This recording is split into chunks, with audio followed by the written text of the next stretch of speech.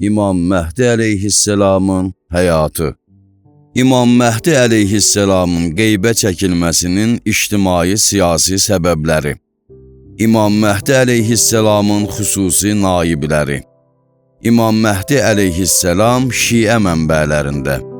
İmam Mehdi əleyhisselam Sünni mənbələrində. Qur'anda İmam Mehdi əleyhisselamın quracağı hökumətin siması. İmam Mehdi əleyhisselamın qeyb dövründəki faydaları. İmam Mehdi əleyhisselamın həyatı barədə qısa məlumat.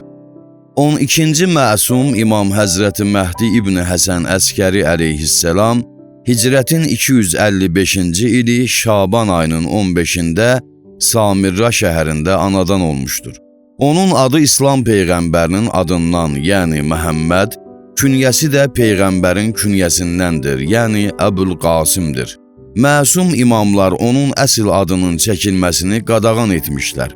Onun ləqəblərindən Hüccət, Qaim, Xələf-i Salih, Sahib-əz-Zaman və Bəqiyyətullah qeyd etmək olar. Ən məşhur ləqəbi isə Məhdidir. Atası 11-ci İmam Həzrəti Həsən Əskəri əleyhisselam, anası isə çox hörmətli Nərgiz xanım olmuşdur. Anası Reyhanə, Süsən və Səqil adları ilə də tanınmışdır.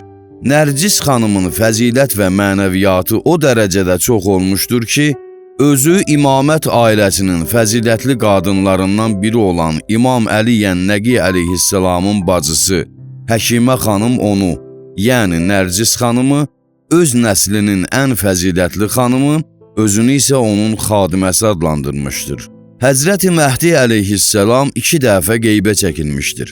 Bunlardan biri qısa müddətli, kiçik qeyb dövrü, digəri isə uzun müddətli, böyük qeyb dövrü olmuşdur. Kiçik qeyb dövrü o həzrətin anadan olduğu gündən xüsusi naiblərin naiblik dövrünün sonuna qədər davam etmiş, böyük qeyb dövrü isə birinci mərhələnin, yəni kiçik qeyb dövrünün qurtarması ilə başlamış və o həzrət zühur edənə qədər davam edəcəkdir. Sünni alimlərinin nəzərində Həzrəti Mehdi əleyhisselamın təvəllüdü. Həzrəti Mehdi əleyhisselama inanmaq təkcə Şiə məzhəbinə xas olan bir məsələ deyil. Bu barədə növbəti səhifələrdə ətraflı söhbət edəcəyik. Peyğəmbər Səlavatullahdan yetişmiş hədislərə əsaslanaraq Sünni məzhəbi də bu məsələyə inanır. Lakin Şiələrdən fərqli olaraq onlar deyirlər ki, İslam Peyğəmbəri Səlavatullahın həmin şəxsin qeybə çəkildikdən sonra zühur edəcəyi barədə məlumat verdiyi Mehdi hələ dünyaya gəlməmiş və yalnız bundan sonra dünyaya gələcəkdir. Buna baxmayaraq Sünni məzhəbinin bir çox tarixçi və hədis yazarları o həzrətin təvəllüdünü öz kitablarında qeyd edərək onu bir həqiqət kimi qəbul etmişlər. Tədqiqatçılardan bəziləri onların 100-dən çoxunun adını qeyd etmişdir. Həzrəti Mehdi əleyhisselam ilə görüş.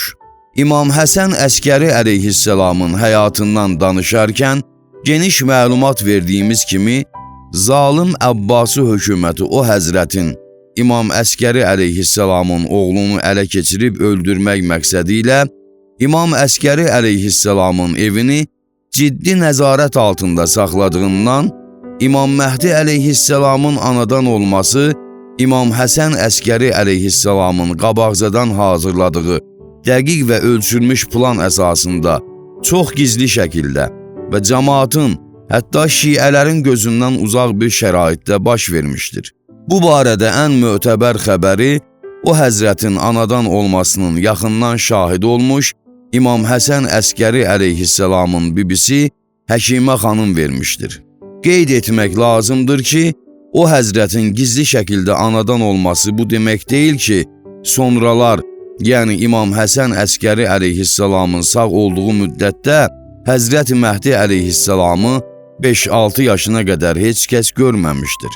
Xeyr, şiələrdən xüsusi adamlar müxtəlif vaxtlarda və müxtəlif münasibətlərlə o həzrəti görməyə nail olmuş, beləliklə də onun anadan olmasına yəqinlik taparaq, lazım gəldikdə başqa şiələrə də bu haqda məlumatlar verirdilər.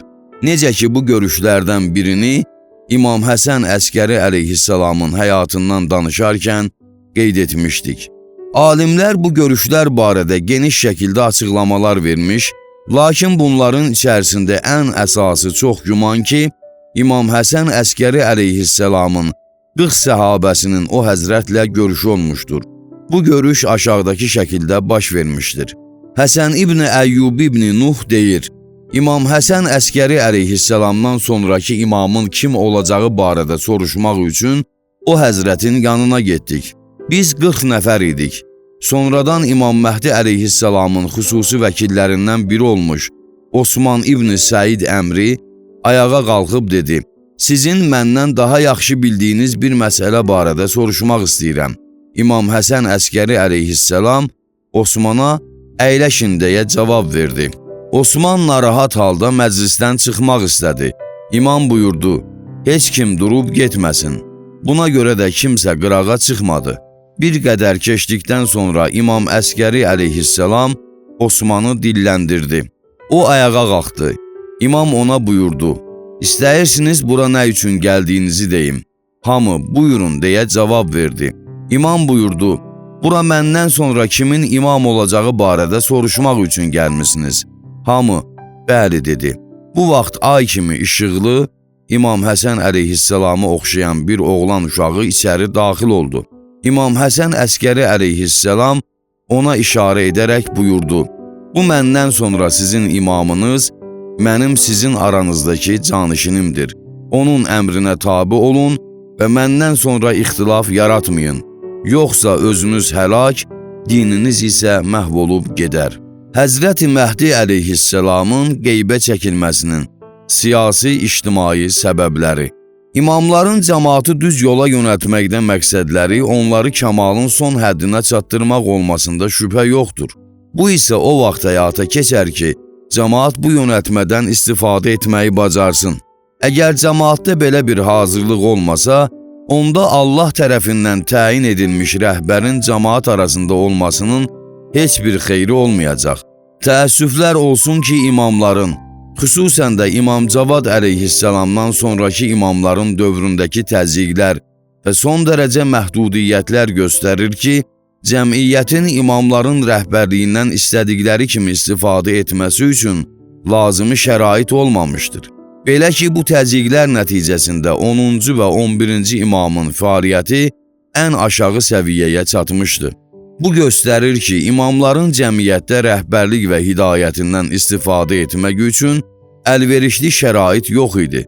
Buna görə də cəmiyyət lazımi hazırlığı tapana qədər Allah Taala 12-ci imamın qeybə çəkilməsini məsləhət bilmişdir. Bu barədə irəlidə söhbət edəcəyik. Əlbəttə 12-ci imamın qeybə çəkilməsinin bütün sirləri bizə məlum deyil. Ancaq dediyimiz amil o həzrətin qeybə çəkilməsinin əsas səbəbi ola bilər. İslami rəvayətlərdə 12-ci imamın qeybə çəkilməsinin səbəbləri sahəsində 3 məsələ əsas götürülür. 1. İnsanları sınama. Bildiyimiz kimi Allahın sabit adət-ənənələrindən biri də bəndələri imtahana çəkib, pak və təmiz insanları seçməkdir.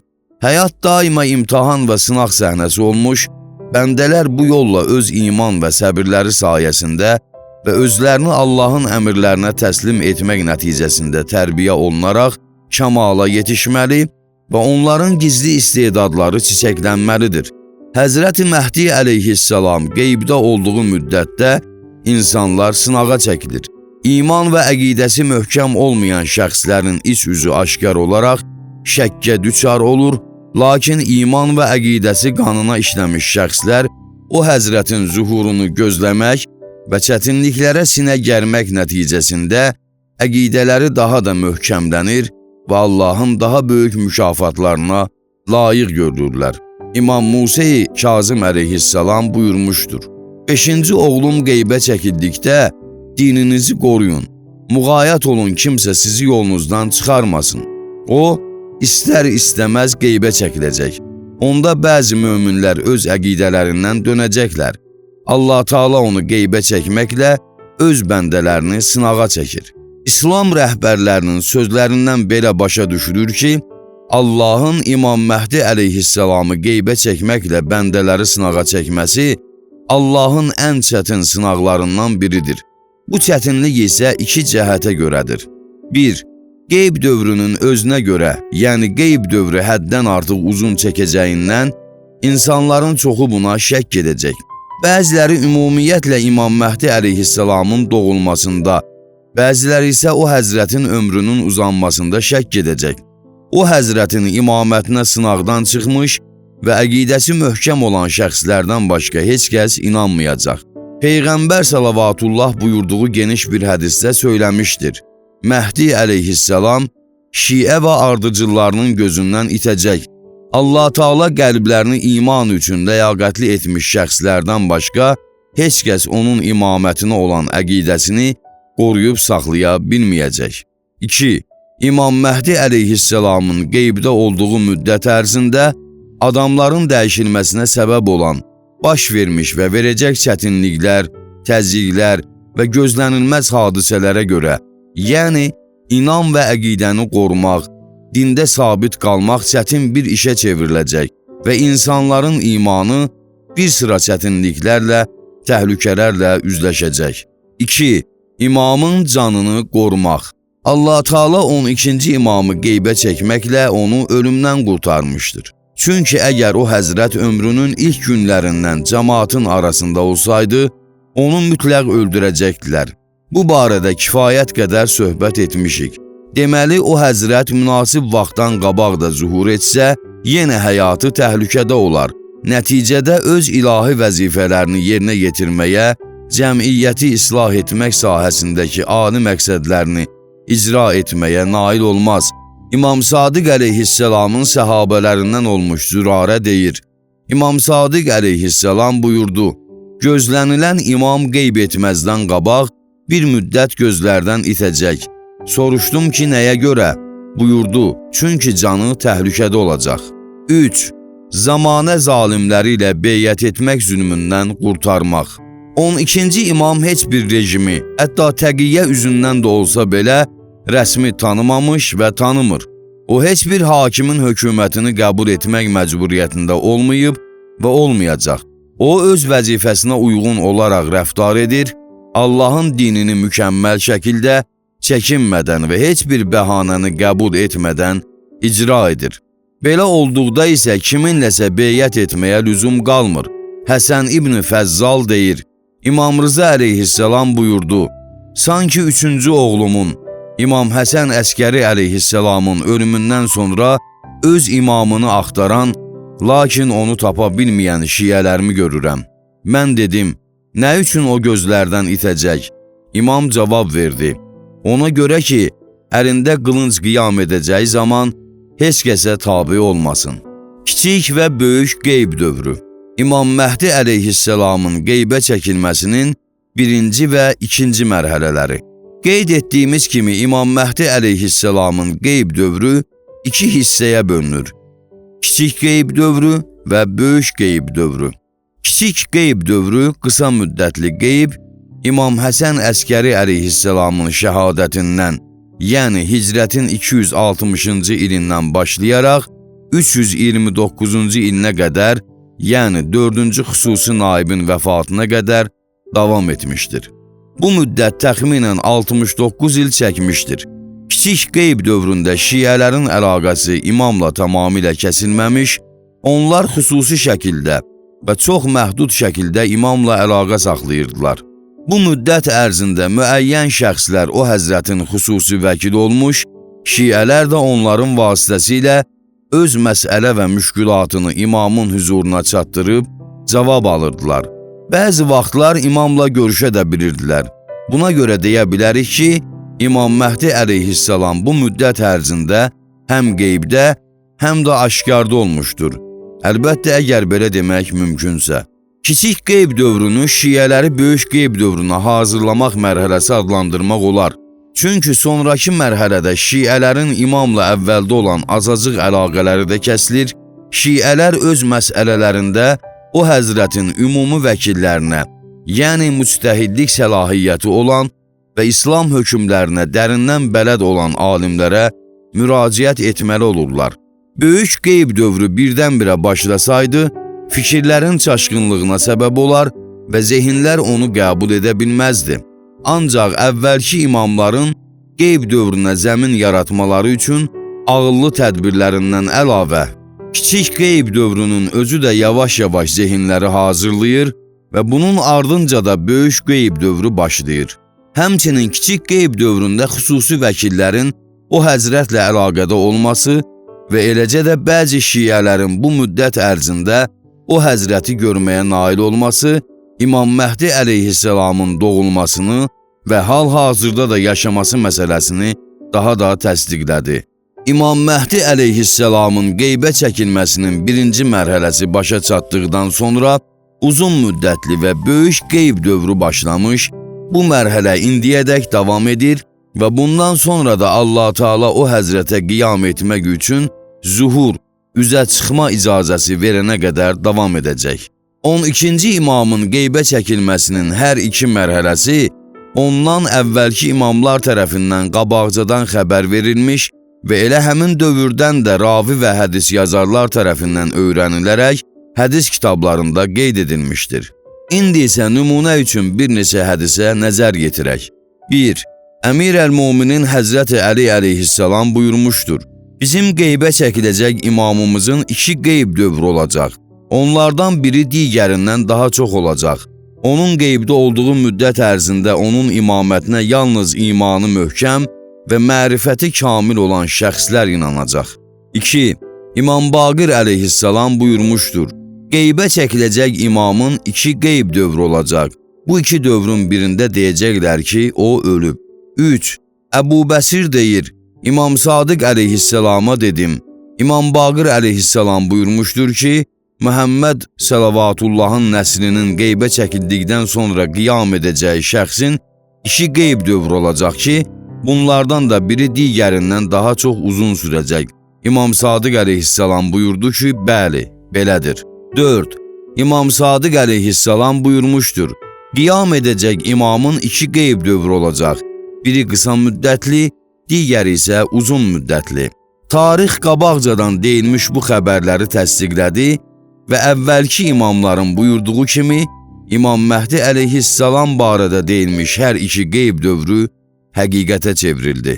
İmam Məhdi əleyhissalamın xüsusi nümayəndələri. Həzrəti Məhdi əleyhissalamın kiçik qeybdə olduğu müddət ərzində qabaqki imamların sabiqəli səhabələrindən və şiələrin böyük və təqvalı alimlərindən dördü o həzrətin xüsusi nümayəndəsi olmuşdur. Onlar öz dövrlərinə görə aşağıdakı tərtiblə nümayəndəlik etmişlər. 1. Əbu Əmr Osman ibn Səid Əmri. 2. Əbu Cəfər Məhəmməd ibn Osman ibn Səid Əmri. 3. Əbülqasım Hüseyn ibn Ruh Nobəxti. 4. Əbülhəsən Əli ibn Məhəmməd Səməri. Həzrəti Məhdi əleyhissalamın müxtəlif yerlərdə, o cümlədən Bağdad, Kufə, Əhvaz, Həmədan, Qum, Rey, Azərbaycan, Nişapur və sair yerlərdə başqa vəkilləri olmuş, lakin onlar ya vəkillər silsiləsinin başında duran bu 4 nəfərin vasitəsilə cəmaatın məsələlərini imama çatdırır və eləcə də onların həllinə dair imamdan məktublar alırdılar. Ya da bəzi tədqiqatçıların verdiyi ehtimala görə bu 4 nəfərin nümayəndələri ümumi və hərtərəfli olmuş, başqaları isə müəyyən məsələlər üzrə nümayəndəlik etmişlər. Bu nümayəndələrdən aşağıdakıları misal göstərmək olar. Məhəmməd ibn Cəfər Əsədi, Əhməd ibn İshaq Əşəri Qummi, İbrahim ibn Məhəmməd Həmədani, Əhməd ibn Həmzə ibn Əl-Yəsə, Məhəmməd ibn İbrahim ibn Məhziyar, Haciz ibn Yezid, Məhəmməd ibn Salih, Əbu Haşim Davud ibn Qasim Cəfəri, Məhəmməd ibn Əli ibn Bilal, Ömər Əhvazi, Əbu Muhammed və Cinayi. 1. Əbu Əmr Osman ibn Səid Əmri. Osman ibn Səid Bəni Əsəd qəbiləsindən olmuş, Samirra şəhərində yaşadığı üçün Əskəri də adlandırılmışdır. Şiələr onu Səmman, yəni yağsatan deyə çağırırdılar. O, siyasi fəaliyyətinin üzə çıxmaması məqsədi ilə yağ satmaqla məşğul olur, şiələrin imama çatdırmaq istədiyi malları onlardan alaraq yağ qablarına qoyub, İmam Həsən Əskəri əleyhissalama çatdırırdı. O etimadını necə lazımdırsa doğrultmuş, şiələrin hamısı ona inanırdı. Qeyd etmək lazımdır ki, Osman İbn Səid elə İmam Əli Yənnəqi əleyhissalam və İmam Həsən Əskəri əleyhissalamın da nümayəndə və yaxın dostlarından olmuşdur. Özü şiə başçılarından olan Əhməd İbn İshaq deyir, bir gün İmam Əli Yənnəqi əleyhissalamın yanına gedib dedim, mən bəzi vaxtlar burada olur, bəzi vaxtlar isə olmuram. Burada olanda da həmişə sizin yanınıza gələ bilmirəm. Kimin sözünü qəbul edim, kimə qulaq asım? İmam buyurdu, bu Əbu Əmr Osman İbn Səid əmri inanılmış və etibar etdiyim bir şəxsdir. O sizə nə desə, bilin ki, mənim tərəfimdən çatdırır. Sonra Əhməd İbn İshaq əlavə edib deyir, İmam Əli Yənnəqi əleyhissalamın vəfatından sonra İmam Həsən Əskəri əleyhissalamın yanına gedib həmin sualı təkrar etdim. O da atası kimi buyurdu, bu Əbu Əmr məndən əvvəlki imamın etibar etdiyi, eləcə də mənim həm həyatımda, həm də öldükdən sonra inandığım bir şəxsdir. O sizə nə desə, bilin ki, mənim tərəfimdən demiş, sizə nə çatdırsa, bilin ki, mənim tərəfimdən çatdırmışdır. İmam Həsən Əskəri əleyhissalam vəfat etdikdə də, zahirdə ona qüsul verib kəfənə tutduqdan sonra dəfn etmiş şəxs Osman İbn Səid olmuşdu. Həmçinin bir gün bir dəstə şiənin gözü qarşısında İmam Həsən Əskəri əleyhissalamın göstərişi ilə Yəmən şiələrinin göndərdiyi şəri vergiləri təhvil alan şəxs Osman İbn Səid idi. İmam Həsən Əskəri əleyhissalam şiələrin qarşısında öz hərəkəti ilə Osman İbn Səidə olan hörmət və etibarın nə dərəcədə böyük olmasını göstərərək buyurmuşdur. Şahid olun ki, Osman İbn Səid mənim, oğlu Məhəmməd isə oğlum Məhdi əleyhissalamın vəkili olacaqdır. Eyni zamanda 40 nəfər şiənin İmam Həsən Əskəri əleyhissalamla görüşünün sonunda o həzrət onlara buyurdu, Osman İbn Səid nə deyirsə qəbul edin, onun əmrinə tabi olun, sözünə qulaq asın. O sizin imamınızın nümayəndəsidir və ixtiyar sahibidir. Osman İbn Səidin vəfat etdiyi tarix məlum deyil. Bəziləri ehtimal vermişlər ki, o hicrətin 260-267-ci illəri arasında vəfat etmişdir. Bəziləri isə onun 280-ci ildə vəfat etdiyini qeyd edir. 2. Məhəmməd İbn Osman İbn Səid əmri. Məhəmməd İbn Osman da atası kimi şiə böyüklərindən olmuş, təqva, ədalət, ehtiram baxımından bütün şiələrin onu qəbul edib hörmət etdiyi və İmam Həsən Əskəri əleyhissalamın etibar etdiyi yaxın dostlarından olmuşdur. İmam Əskəri əleyhissalam Əhməd İbn İshaqın kimə müraciət edək sualının cavabında buyurmuşdu. Osman İbn Səid və oğlu Məhəmməd hər ikisi mənim etibar etdiyim şəxslərdir. Sənə nə çatdırsalar, bil ki, mənim tərəfimdən çatdırır, nə desələr, bil ki, mənim tərəfimdən deyirlər. Onların sözünə qulaq as və onlardan itaət et. Çünki onların ikisinə də mən etibar edirəm. Osman İbn Səid vəfat etdikdən sonra İmam Məhdi əleyhissalam tərəfindən ona başsağlığı verilərək özünün də nümayəndə təyin olunması haqqında bir məktub yetişir. Abdullah İbn Cəfər Himyəri deyir, Osman İbn Səid vəfat etdikdən sonra İmam Məhdi əleyhissalamdan əvvəllər bizimlə məktublaşdığı xətlə yazılmış bir məktub gəlir. Məktubda Məhəmməd İbn Osman atasının yerinə naib təyin edilmişdi. Həmçinin İmam Məhdi əleyhissalam İshaq İbn Yəqubun suallarına cavab verdiyi məktubda belə yazmışdı. Allah Məhəmməd İbn Osman İbn Səid və vəfat etmiş atasından razı olsun. O mənim inandığım bir şəxsdir və onun yazdığı mənim yazdığımdır.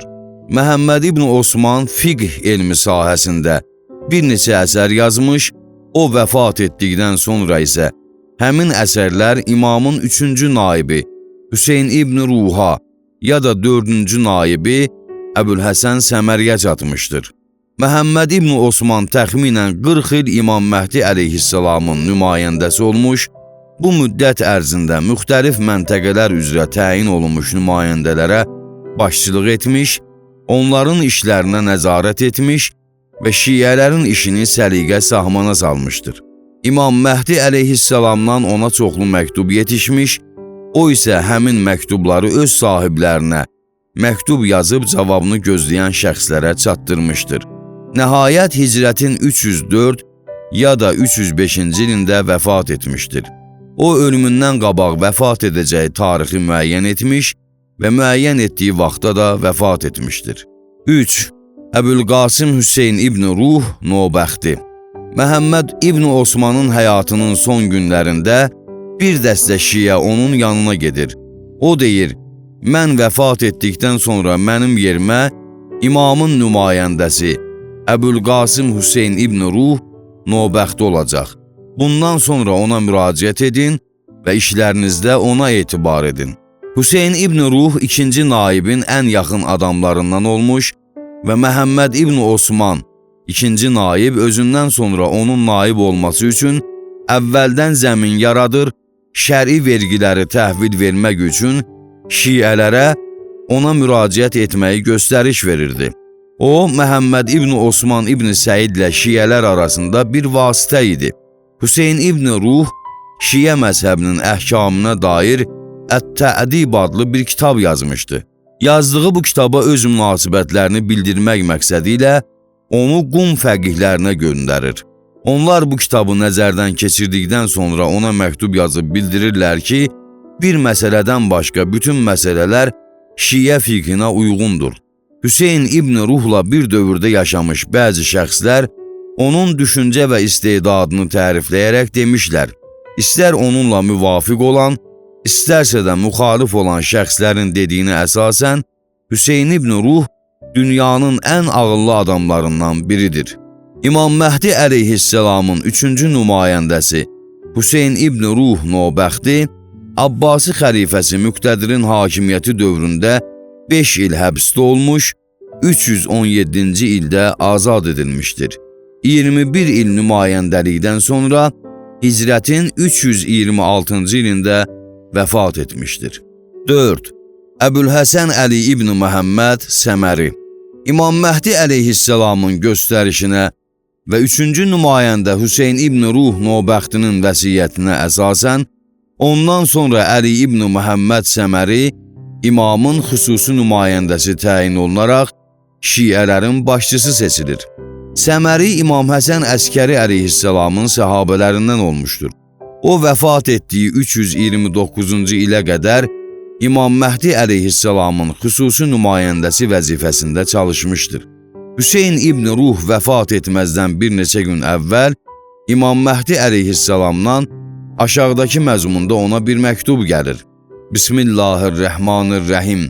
Ey Əli İbn Məhəmməd Səməri, Allah Taala sənin vəfatından mömin qardaşlarına əcr əta etsin. Sən 6 gündən sonra vəfat edəcəksən. İşlərini səliqə sahmana sal və heç kəsi öz yerinə canişin təyin etmə. Böyük qeyb dövrü çatıb və mən bir də Allahın icazə verdiyi vaxt zuhur edəcəyəm. Mənim zuhurum uzun müddət keçdikdən, qəlblər sərtləşdikdən, yer üzündə zülm və haqsızlıq baş alıb getdikdən sonra olacaq. Şiələrim arasında məni görmək, mənim xüsusi nümayəndəm olması iddiasını edənlər olacaq. Süfyanının qiyamindən və göy sədasının eşidilməsindən qabaq kim belə iddia edərsə, bilin ki, o yalancıdır və dedikləri iftiradır. Allahdan başqa heç bir qüdrət və qüvvə yoxdur. Məktub gəldikdən düz 6 gün sonra Əbülhəsən Səməri vəfat edir. Vəfat etməzdən qabaq ondan soruşurlar ki, səndən sonra imamın nümayəndəsi kimdir? O isə cavab verir ki, mənim kimisə nümayəndə təyin etməyə icazəm yoxdur. Əbülhəsən Səmərinin vəfatından sonra şiə tarixində böyük qeyb dövrü adı ilə məşhur olmuş yeni bir mərhələ başlayır. Gələn səhifələrimizdəki bəhslər də məhz bu barədə olacaq. İmam Məhdi əleyhissalamın xüsusi nümayəndələrinin əsas vəzifə və fəaliyyətləri. 12-ci imamın özü üçün nümayəndə və səfir təyin etməsi həqiqətdə vəkillik əlaqəsinin davamı idi. Bu əlaqə 9-cu imamın dövründə yaranmış, İmam Əli Yənnəqi əleyhissalam və İmam Həsən Əskəri əleyhissalamın dövründə daha genişlənmiş, İmam Məhdi əleyhissalamın dövründə isə özünün son mərhələsinə çatmışdır. İmam Məhdi əleyhissalamın xüsusi nümayəndələrinin əsas vəzifə və fəaliyyətlərini aşağıdakı mərhələlərdə konkretləşdirmək olar. 1. İmam Məhdi əleyhissalamın adını və yerini gizli saxlamaq. Kiçik qeyb dövründə İmam Məhdi əleyhissalamın görünməsi xüsusi naiblər və bəzi şiyələr üçün mümkün olub və arabir görünsə də bir sıra siyasi çətinliklər üzündən 4 naibin heç birinin öz dövründə o həzrətin adını çəkməyə və onun yerini bütün cəmaata bildirməyə ixtiyarı yox idi. Çünki əks təqdirdə imam üçün hökumət tərəfindən təhlükə yaranardı. İmamın ad və yerinin gizli saxlanılması siyasəti o həzrətin öz göstərişi əsasında icra olunurdu. Bir dəfə imamdan bu barədə heç bir sual olunmadan, aşağıdakı məzmunda ikinci nümayəndə Məhəmməd İbn Osmana bir məktub gəlməsi də bu məsələni təsdiqləyir. Mənim adımı soruşanlar bilməlidirlər ki, sükut etsələr onları cənnət, danışsalar cəhənnəm gözləyir. Əgər onlar mənim adımı bilsələr, onu hamıya deyər, yerimi bilsələr hamıya göstərərlər. Həmçinin ikisi də imamların ən yaxın səhabə və səmimi dostlarından olan Abdullah ibn Cəfər Himyəri və Əhməd ibn İshaq Əşəri bir gün birinci nümayəndə Osman ibn Səidlə görüşərkən ondan İmam Həsən Əskəri əleyhissalamın canişinini görməsi barədə soruşurlar. Osman ibn Səid müsbət cavab verir. Onun adını soruşduqda isə o adı deməkdən imtina edib buyurur. Bu barədə soruşmaq sizə haramdır. Özü də bunu mən demirəm. Çünki hansısa halal şeyi haram, haramı isə halal etməyə mənim ixtiyarım yoxdur. Bunu, yəni imamın adını soruşmağın qadağan olunmasını onun özü buyurmuşdur. Çünki Abbasi hökuməti elə bilir ki, İmam Həsən Əskəri əleyhissalam vəfat etmiş, özündən sonra isə heç bir övladı qalmamışdır. Buna görə də onlar İmam Əskəri əleyhissalamın əmlakını heç onun vərəsəsi olmayanlar, Cəfər Kəzzab və anası arasında bölüşdürdülər. İmam bu məsələ barədə sükut və səbir ixtiyar vermişdir. İndi imamın ailəsi ilə əlaqə saxlamağa, yaxud onlardan bir şey soruşmağa heç kəsin cürəti yoxdur. Əgər imamın adı bəlli olarsa, onda o, hökumət tərəfindən axtarışda olar. Çəkinin, Allahı yadınıza salın və bu cür məsələlərdən uzaq olun. İmam Məhdi əleyhissalamın 3-cü naibi Əbülqasım Hüseyn İbn Ruh Nobəxtinin dövründə şiələrin seçilmiş şəxslərindən olan Əbu Səhl Nobəxtidən soruşurlar ki, nəyə görə bu vəzifəyə sən yox, Hüseyn İbn Ruh seçildi? O cavab verir ki, onu bu vəzifəyə təyin edənlərin özləri daha yaxşı bilirlər. Mənim işim ancaq müxalif düşmənlərlə mübahisə və müzakirə etməkdir. Əgər mən də Hüseyn İbn Ruh kimi imamın yerini bilsəydim, ola bilərdi ki, çətinliyə düşəndə onun yerini göstərəm. Ancaq imam Əbülqasım Hüseyn İbn Ruhun əbasının altında gizlənsə, onu, yəni Hüseyni tikə-tikə doğrasalar da əbasını qaldırmaz. 2. Vəkillərə, yəni nümayəndələrə rəhbərlik etmək. Qeyd etdiyimiz kimi İmam Məhdi əleyhissalamın qeyb dövründə müxtəlif yerlərdəki nümayəndələri şiə mərkəzlərində fəaliyyət göstərirdilər. Bu nümayəndələrin 10-cu və 11-ci imamın dövründə əsasən birinci əsas nümayəndənin vasitəsilə imamlarla əlaqə saxlamasına baxmayaraq, onlar imamın özü ilə də bilavasitə əlaqə saxlaya bilirdilər. Kiçik qeyb dövründə isə bu nümayəndələrin 12-ci imamla adi surətdə əlaqəsi kəsilir. Onlar da məcbur olub imamın xüsusi nümayəndəsinin nəzarəti altında fəaliyyət göstərməli olurlar. Belə ki, onlar İmam Məhdi əleyhissalama çatacaq məktub, sual və şəri vergiləri imamın xüsusi nümayəndəsinin vasitəsilə ona çatdırırdılar. Bundan öncə də qeyd etdiyimiz kimi Əbu Cəfər Muhammed İbn Osmanın nümayəndə olduğu müddət ərzində Bağdad şəhərində onun xüsusi nəzarəti altında 10 nəfər nümayəndə fəaliyyət göstərirdi. İmamın xüsusi nümayəndələri şəri vergiləri təhvil aldıqda qəbz vermir, lakin şiələr digər nümayəndələrdən qəbz tələb edirdilər. Şeyx Tusinin qeyd etdiyinə görə ikinci nümayəndə Məhəmməd İbn Osmanın ömrünün son günlərində onun göstərişi ilə bir nəfər imama məxsus olan şəri vergisini üçüncü nümayəndə Hüseyn İbn Ruha verib ondan qəbz tələb edirmiş. Hüseyn İbn Ruh onun bu hərəkətindən şikayətləndikdə Məhəmməd İbn Osman Hüseyndən qəbz tələb edilməməsi barədə əmr edərək buyurmuşdur. Əbülqasımə nə verirsinizsə, yəqin bilin ki, mənə çatır və bu barədə şək getməyə dəyməz. 3. İmama məxsus olan şəri vergilərin toplanıb paylanılması. İmam Məhdi əleyhisselamın xüsusi naiblərinin hər biri öz növbəsində şiələrdən imama məxsus olan, imama çatacaq şəri vergiləri bilavasitə yaxud da yerli nümayəndələrin vasitəsilə təhvil alıb, bir yolla imamın özünə çatdırır ya da imamın göstərişi ilə lazımı yerlərə xərcləyirdilər. İmam Həsən Əskəri əleyhisselamın şəhid olduğu ilk günlərdə Qum və İranın başqa şəhərlərindən bir neçə şiə Samirra şəhərinə gəlib imamın şəhid olduğunu eşidirlər.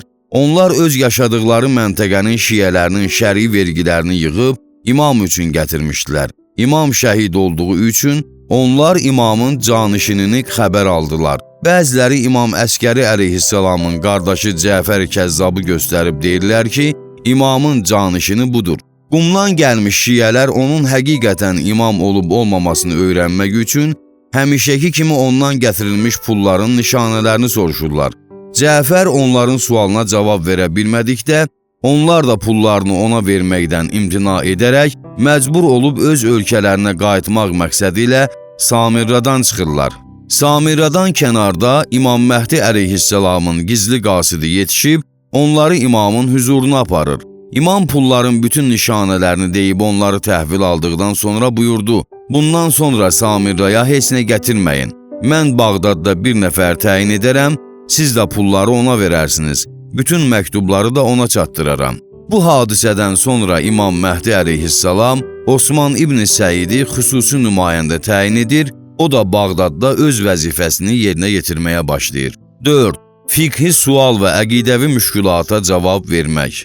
İmam Məhdi əleyhisselamın xüsusi nümayəndələrinin fəaliyyəti təkcə qeyd etdiyimiz bəndlərlə qurtarmır. Onlar eyni zamanda müxtəlif şər'i və fiqhi suallara cavab verir, əqidəvi müşkülatı həll edir və müxaliflərin irəli sürdüyü şübhələri aradan qaldırırdılar. Beləliklə də onlar şiə əqidəsinin zəifləməsinin qarşısını alırdılar. İmamın xüsusi nümayəndələri bu vəzifələri o həzrətin təlimindən istifadə edərək öz yüksək elmləri sayəsində layiqincəsinə yerinə yetirirdilər.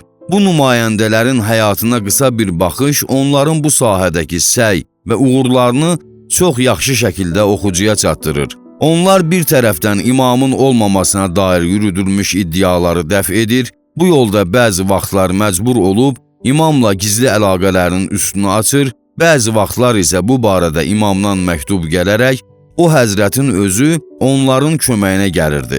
Digər tərəfdən də şiələrin müxtəlif şər'i və fiqhi suallarını imama göndərib onların cavabını öyrənir, sonra da cəmaata çatdırırdılar. Nümunə olaraq imamın Məhəmməd İbn Osmana yazdığı və onda İshaq İbn Yaqubun suallarına cavab verdiyi məktubu qeyd etmək olar. Həmçinin imamın Qum cəmaatının nümayəndəsi Məhəmməd İbn Abdullah İbn Cəfər Himyərinin suallarına verdiyi geniş məktubu da qeyd etmək olar. Qeyd etdiklərimizdən əlavə bəzi vaxtlar xüsusi nümayəndələr müxaliflərlə elmi mübahisələr edib onları məhkum edir və verdikləri cavabların imamdan öyrəndiklərini təkid edirdilər. Məsələn, Hüseyn İbn Ruh bir mübahisə zamanı İmam Hüseyn əleyhisselamın şəhadətinə dair şübhə irəli sürmüş bir müxalifə çox gözəl cavab verir. Onun səhərisi günü isə bu cavabın onu öz şəxsi fikrinə əsasən verilməsini güman edən bir şiəyə deyir: Göydən yerə düşərək quşlara yem olmağın, yaxud şiddətli bir küləyin məni uzaqlara aparıb atması mənim üçün Allahın dinində şəxsi nəzərimi söyləməkdən daha yaxşıdır.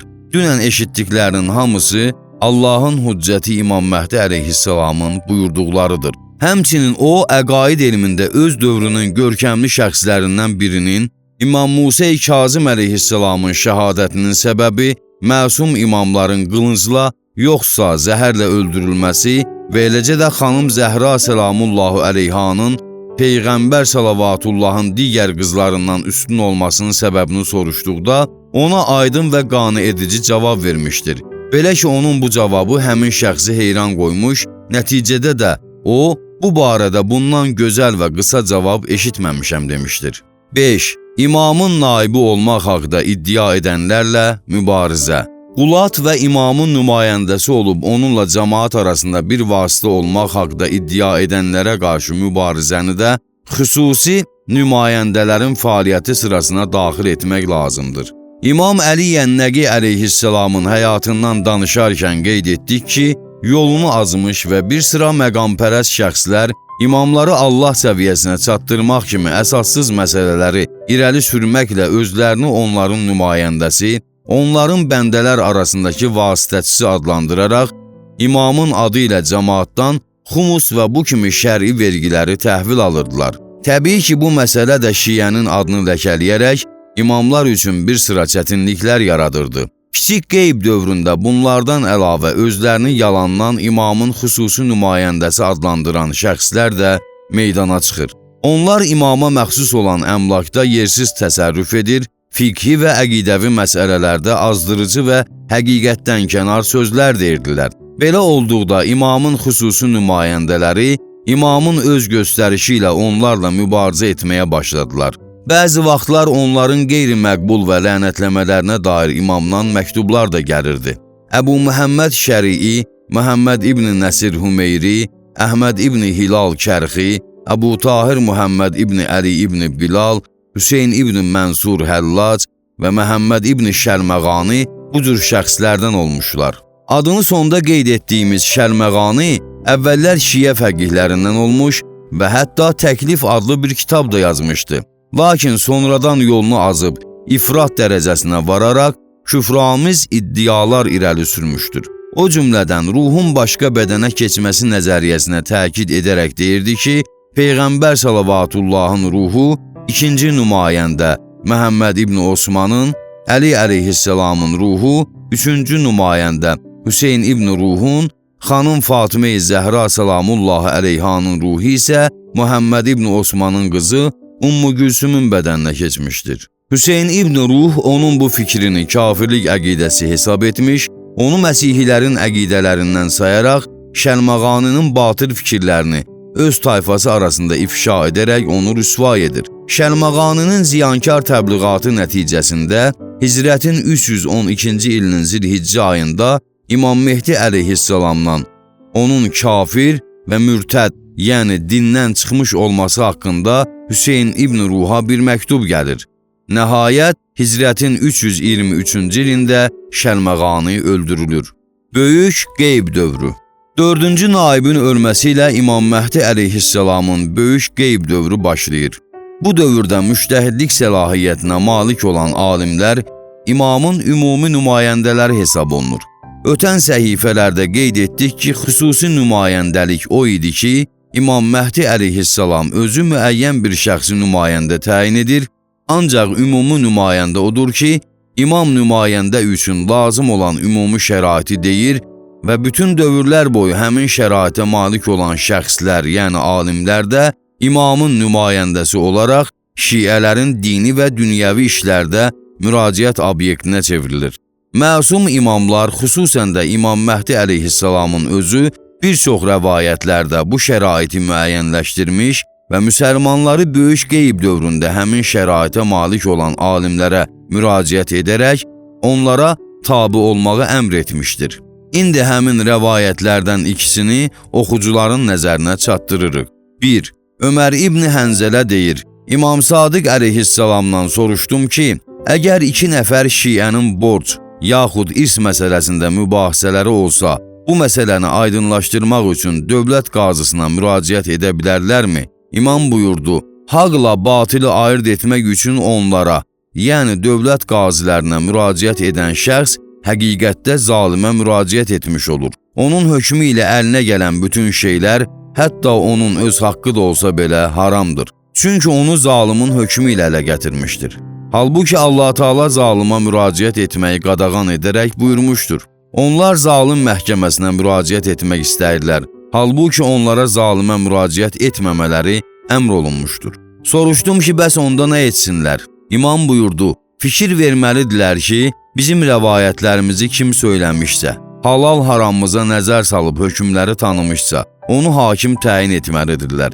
Çünki mən onu sizin üçün hakim təyin etmişəm. Əgər o, bizim buyurduğumuza əsasən hökm versə, lakin kimsə onun hökmünü qəbul etməsə, Allahın hökmünü yüngül tutmuş və bizi inkar etmişdir.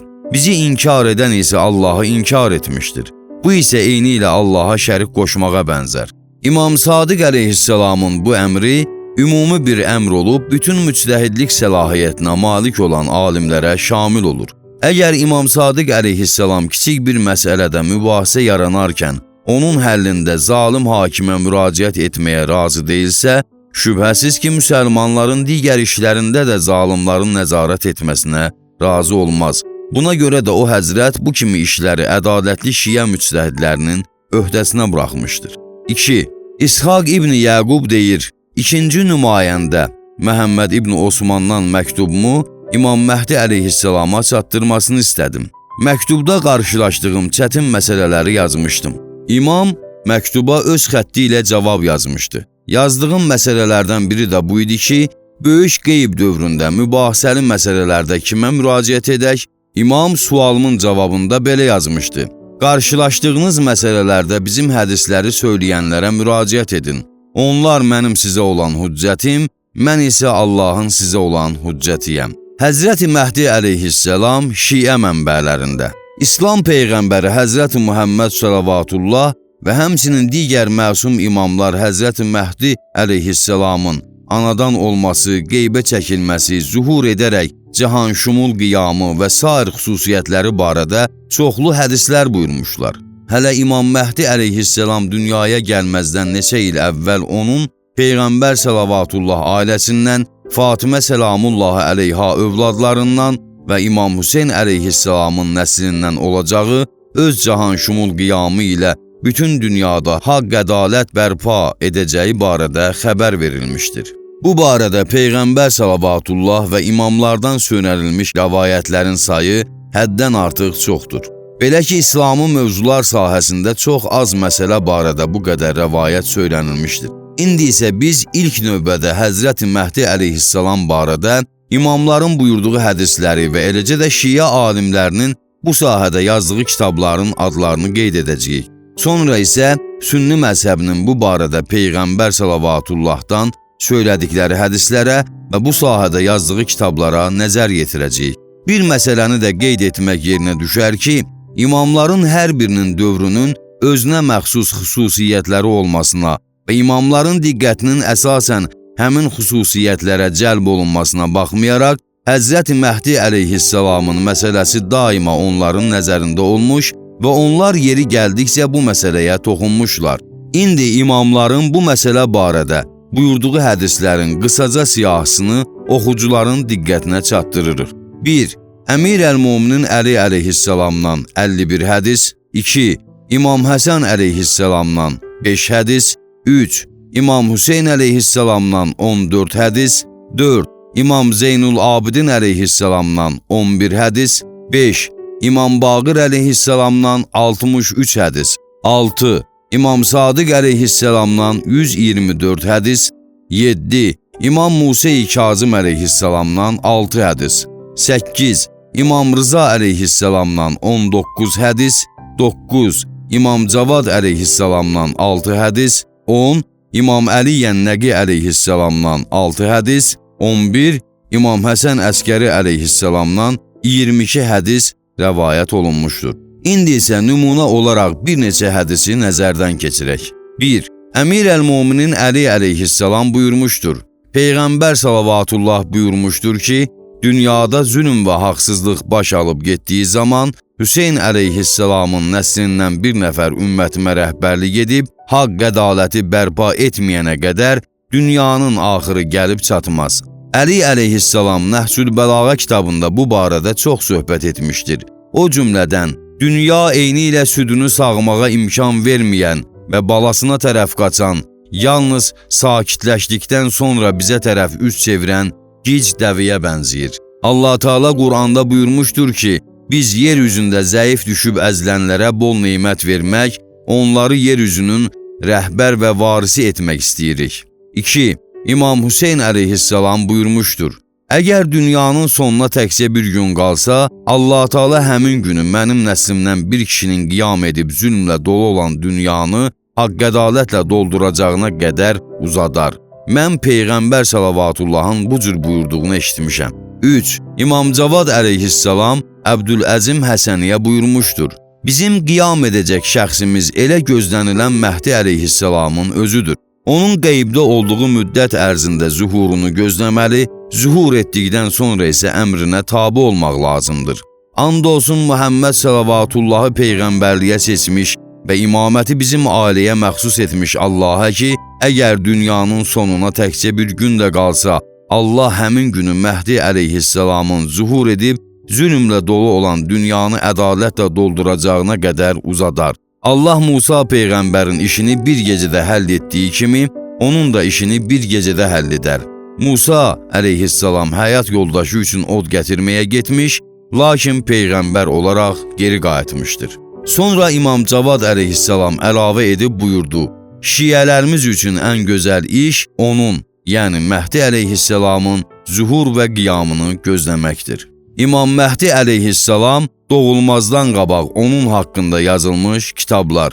Həzrəti Məhdi əleyhissalamın qeybə çəkilməsi, daha sonra isə qiyam edəcəyi İslam aləmində o qədər qəti olmuşdur ki, onun haqqında çoxlu sayda kitablar yazılmış, hətta bu kitabların bəzilərinin yazılma tarixi o həzrətin doğulmasından qabaqki tarixlərə aiddir.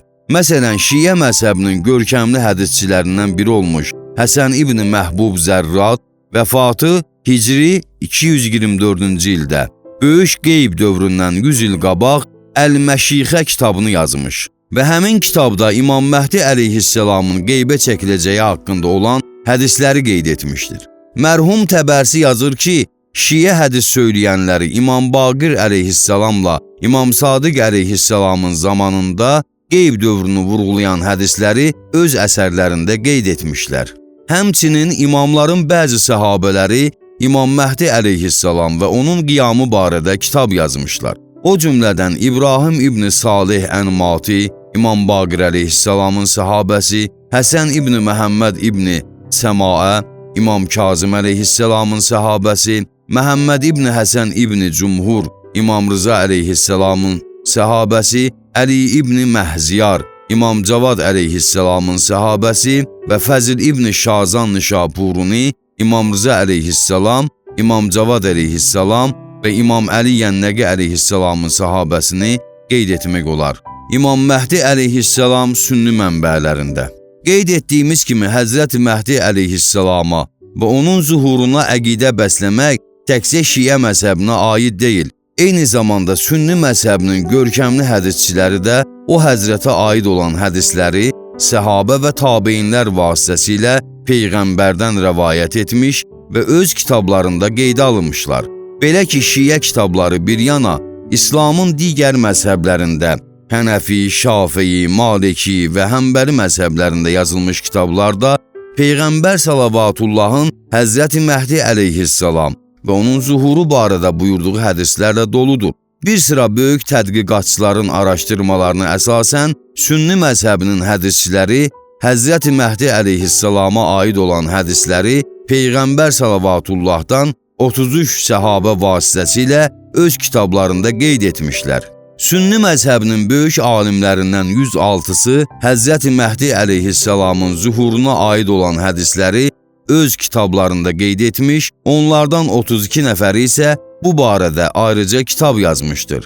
Əhməd ibn Həmbəlin Əl-Müsnəd vəfatı Hicri 241-ci ildə və Buxarinin vəfatı Hicri 256-cı ildə.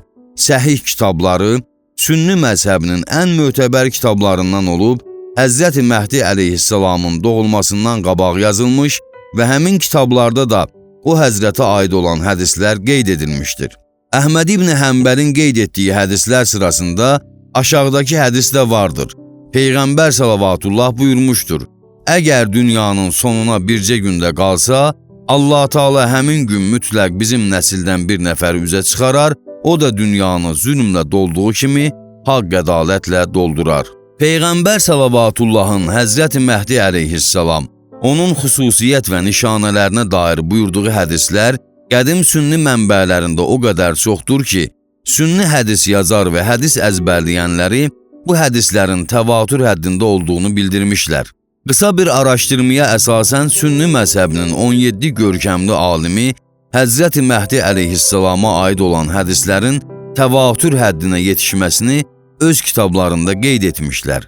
Əllamə Şövkani bu hədislərin təvatür həddində olmasını sübut etmək məqsədi ilə Ət-Tawzihu fit-Təvatiru ma caa fil-Muntəzəri və Dəccali vəl-Məsih adlı ayrıca bir kitab yazmışdır. Yaxşı olar ki, indi nümunə üçün sünni məzhəbinin bir neçə görkəmli aliminin bu barədə buyurduqlarını oxucuların nəzərinə çatdıraq. 1. Şövkani yuxarıda adını qeyd etdiyimiz kitabda Həzrəti Məhdi əleyhissalama aid olan hədisləri qeyd etdikdən sonra deyir, bununla məşğul olanlar bilirlər ki, qeyd etdiyimiz bütün hədislər təvatür həddinə çatmışdır. Deməli, bu hədislərin təvatür həddində olmasına yəqin etdik. Bütün bu dediklərimiz bir zərrə iman və düşüncəsi olan şəxslər üçün mənə elə gəlir ki, kifayət edər. 2. Hafiz Əbu Əbdullah Gənci Şafii Əl-Bəyan fil-Əxbar sahibə zaman kitabının 11-ci fəslində deyir, Peyğəmbər Səlавatullahın Həzrəti Məhdi əleyhissalam barədə buyurduğu hədislər çoxlu ravilər tərəfindən söylənildiyinə görə təvatür həddinə çatmışdır. 3. Görkəmli alim İbn Həcər Əsqəlani Şafii Səhih-i Buxari kitabına yazdığı Fəthəl Bari adlı şərh kitabında deyir, Məhdi əleyhissalamın bu ümmətdən olması və İsa Peyğəmbərin göydən enərək onun arxasında namaz qılacağına dair təvatür həddinə çatmış hədislər vardır.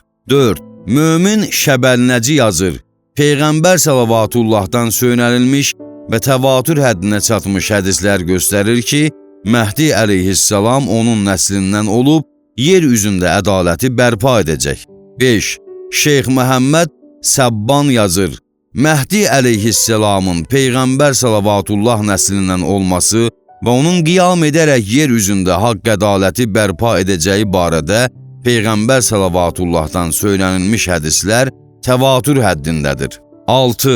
Əl-Əzhər Universitetinin professoru və Ət-Tacül Camiillil Üsul kitabının müəllifi Şeyx Mənsur Əli Nasir yazır, keçmiş və müasir alimlər arasında yayılmışdır ki, dünyanın axırında mütləq Peyğəmbər Sələvatullah ailəsindən Məhdi əleyhissalam adlı bir şəxs zühur edəcək, o bütün İslami ölkələrə hakim olacaq, müsəlmanların hamısı ona tabi olacaq, o da müsəlmanlarla ədalətlə rəftar edib, dini, yəni İslam dinini möhkəmlədəcək. Sonra Dəccal peyda olacaq, Həzrəti İsa əleyhissalam göydən enərək Dəccalı öldürəcək, ya da Dəccalı öldürməkdə Həzrəti Məhdi əleyhissalama kömək edəcək. Peyğəmbər Səlавatullahın Həzrəti Məhdi əleyhissalam barədə buyurduğu hədisləri Peyğəmbər Səlавatullahın bir sıra fəzilətli səhabəsi rəvayət etmişdir. Əbu Davud, Tirmizi, İbn Macə, Təbrani, Əbu Yəla, Bəzzar, İmam Əhməd İbn Həmbəl və Hakim Nişaburi kimi böyük hədisçilər həmin hədisləri öz kitablarında qeyd etmişlər. Sünni məzhəbinin ən görkəmli alimlərindən olan İbn Əbülhədid bu barədə yazır. Bütün İslami firqələr bu əqidədədirlər ki, dünyanın və bəşərin ilahi hökmləri icra etmə təklifinin sonu Məhdi əleyhissalam zuhur etdikdən sonra yetişəcək. İslam Dünyası Əlaqələri Təşkilatının bəyanatı. Bu bölməni Məkkədə yerləşən böyük Vəhhabi təşkilatı, İslam Dünyası Əlaqələri Təşkilatının yaydığı və bütün İslam aləminin Həzrəti Məhdi əleyhissalam məsələsinə inanmasına bir sübut olan rəsmi bəyanatı ilə başa çatdırırıq. Bu bəyanatın mühüm cəhətlərindən biri də odur ki, onda Şiə məzhəbi ilə ziddiyyətdə ifrat dərəcəsinə varmış Vəhhabilərin də bu məsələni qəbul etməsi göstərilir. Onlar nə təkcə bu məsələni qəbul edir, hələ üstəlik bu məsələni ciddi müdafiə edərək onu qəti İslami əqidələrdən biri sayırlar. Təbii ki, bu da bu məsələ haqqında hədis və sənədlərin çoxluğundan irəli gəlmişdir. Özü də bu qurum beynəlxalq İslami bir təşkilat kimi fəaliyyət göstərir. 1960-cı ildə Kinuyadan Əbu Məhəmməd adlı bir şəxs İslam Dünyası Əlaqələri Təşkilatına müraciət edərək Oradan gözlənilən Məhdi əleyhisselamın zuhuru haqqında bir sual soruşmuşdur. Təşkilatın baş katibi ona yazdığı cavabda Vəhhabi məzhəbinin banisi İbn Teymiyyənin də Məhdi əleyhisselam haqqında deyilmiş hədisləri qəbul etdiyini vurğulamış və hazırda Hicazın görkəmli alimlərindən olan 5 nəfərin bu barədə hazırladığı kitabçanı ona göndərmişdir. Bu kitabçada Həzrət Məhdi əleyhisselam və onun zuhur edəcəyi yerin, yəni Məkkə şəhərinin adı çəkildikdən sonra deyilir. Dünyada fəsad, pozğunluq, zülm və haqsızlıq baş alıb getdikdən sonra Allah Teala onun Məhdi vasitəsilə dünyanı həqq-ədalətlə dolduracaq. O, Peyğəmbər Salavatullahın səhih kitablarında haqqında xəbər verdiyi 12 raşidi xəlifələrinin sonuncusudur.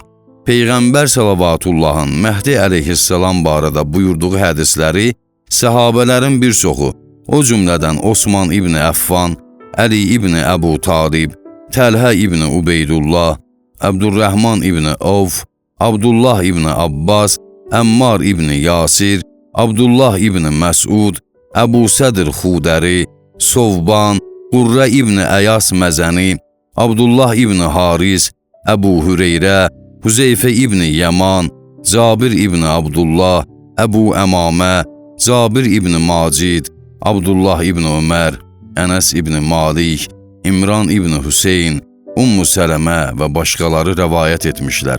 Daha sonra isə əlavə olunur. İstər Peyğəmbər Salavatullahdan yuxarıda qeyd etdiyimiz hədislər, istərsə də burada səhabələrin buna dair hədis hökmünü daşıyan şəhadətləri bir çox məşhur İslami kitablarda və Peyğəmbər Salavatullahın hədislərinin orijinalının qeyd olunduğu Sünən, Möcəm və Müsnədlərdə qələmə alınmışdır. O cümlədən Sünən Əbu Davud, Sünən Tirmizi, Sünən İbn Macə, Sünən İbn Ömər Əddani, Musnəd Əhməd, Musnəd Əbu Ya'la, Musnəd Bəzzaz, Səhih Hakim, Mu'cəmi Təbrani, Mu'cəmi Ruyani, Mu'cəmi Dariqutni, Əbu Hüeymin Əxbarul Məhdi, Xətib Bağdadinin Tarixi Bağdad, İbn Əsakirin Tarixi Dəməşq və bir çox başqa kitablarda bu barədə məlumatlar verilmişdir. Bəzi İslam alimləri bu barədə ayrıca kitablar da yazmışlar.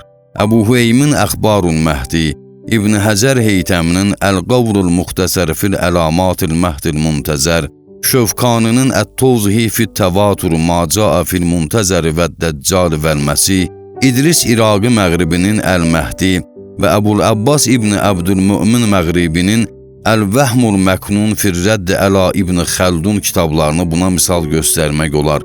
Bu barədə geniş məlumat vermiş sonuncu şəxs Mədinə İslam Universitetinin rektoru olmuşdur. O, universitetin buraxdığı jurnalın bir neçə sayında bu barədə ətraflı söhbət etmişdir.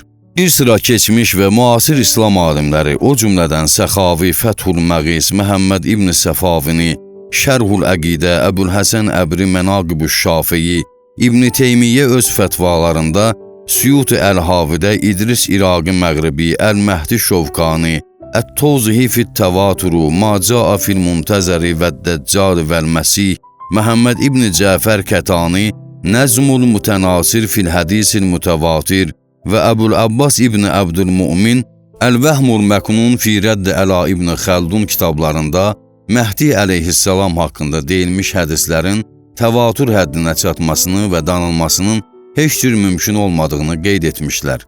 Bəyanatın sonunda deyilir, təkcə İbn Xəldun Həzrət Məhdi əleyhisselama aid olan hədisləri qəbul etmir və Məhdi elə Həzrət İsa əleyhisselamın özüdür məzmunlu, əsassız bir hədislə qeyd etdiyimiz hədislərə irad tutur.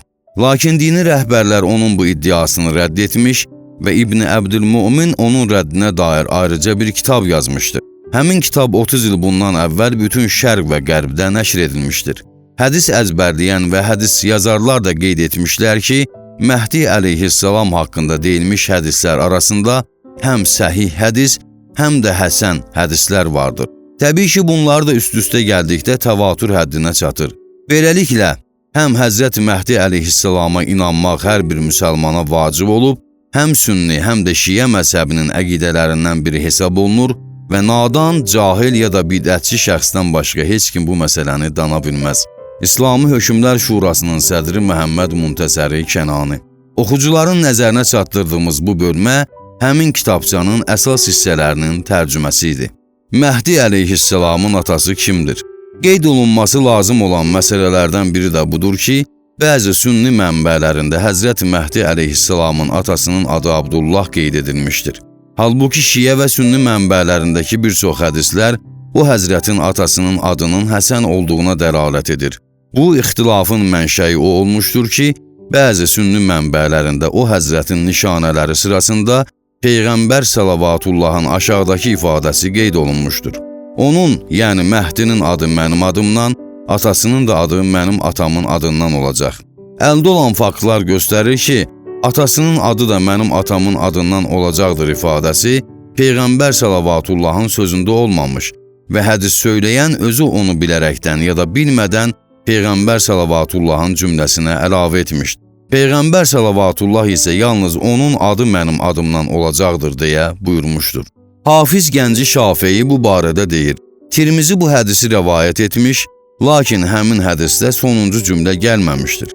Həmçinin bu kimi məsələlərə çox diqqətlə yanaşan Əhməd İbn Həmbəl bu hədisi öz müsnədində bir neçə yerdə qeyd etmiş, lakin həmin hədisdə sonuncu cümlə gəlməmişdir.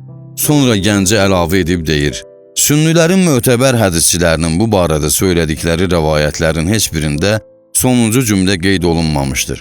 Təkcə Zaidə adlı bir şəxsin Asimdən söylədiyi rəvayətdə bu cümlə qeyd olunmuşdur. Zaidə isə hədislərə özündən bəzi şeylər əlavə etdiyindən onun söylədiyi hədisə etibar edilmir.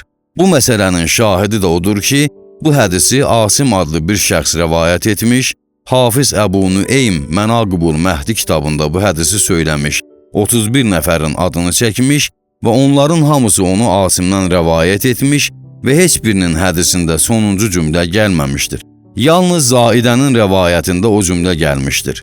Təbii ki, bir nəfərin də rəvayəti bu qədər adamın rəvayətinin müqabilində etibarlı sayıla bilməz. İbn Xəldun və Məhdi əleyhisselam haqqında nəql olunmuş rəvayətlər. Sünni alimlərinin demək olar ki, hamısının Məhdi əleyhisselam barədə deyilmiş rəvayətləri qəbul etdiyi məlum oldu. Lakin onlardan bir neçəsi, o cümlədən də İbn Xəldun, bu hədisləri inkar etmiş ya da onlara şübhə ilə yanaşmışdı.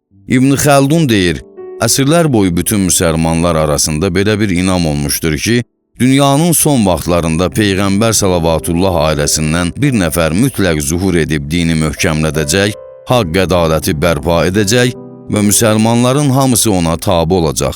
O, bütün müsəlman ölkələrinə hakim olacaqdır. Həmin şəxsin adı Məhdidir. Qiyamətin qəti müqəddimələrindən olan Dəccalın gəlməsi və sair hadisələr onun zuhurundan sonra olacaq. İsa Peyğəmbər göydən enib Dəccalı öldürəcək ya da onu öldürməkdə Məhdiyə kömək edəcək. İsa əleyhisselam Məhdinin arxasında namaz qılacaq. Məşhur hədisçilərdən bir dəstəsi, o cümlədən Tirmizi, Əbu Davud, Bəzzar İbn Macə, Hakim, Təbrani, Əbu Yə'la, Məhdi əleyhisselam haqqında olan hədisləri öz kitablarında bir qrup səhabənin, o cümlədən Əli əleyhisselam, İbn Abbas, Abdullah İbn Ömər, Təlhə, Abdullah İbn Məsud, Əbu Hüreyrə, Ənəs, Əbu Səid Xudəri, Əli Hilali və Abdullah İbn Harisin dilindən rəvayət etmişlər. Bu hədisləri inkar edib onların sənədində mübahisə edənlər də çoxdur. Hədis elminin mütəxəssisləri arasında belə bir qayda var ki, cərh tədildən irəlidir. Belə olduğu halda əgər biz bu hədisləri söyləmiş ravilərin bəzilərində unutqanlıq, əqidə çatışmamazlığı və ya pozğunluğu kimi zəif cəhətlər müşahidə etsək, həmin hədislər etibardan düşür. Sonra o, İbn Xəldun bu hədislərdən bir neçəsini qeyd etmiş, onları söyləmiş ravilərin avtobiyografiyasını araşdıraraq, bəzilərini etibar oluna bilməyən hesab etdikdən sonra deyir, budur, hədisçilərin İmam Məhdi əleyhisselam və onun qiyamı barədə söylədikləri rəvayətlər. Özünüz də gördünüz ki, bunların bir neçəsi istisna olmaqla hamısı mübahisəlidir. Bu, İbn Xəldunun Məhdi əleyhisselam barədə deyilmiş rəvayətlərə münasibətinin qısa məzmunu idi.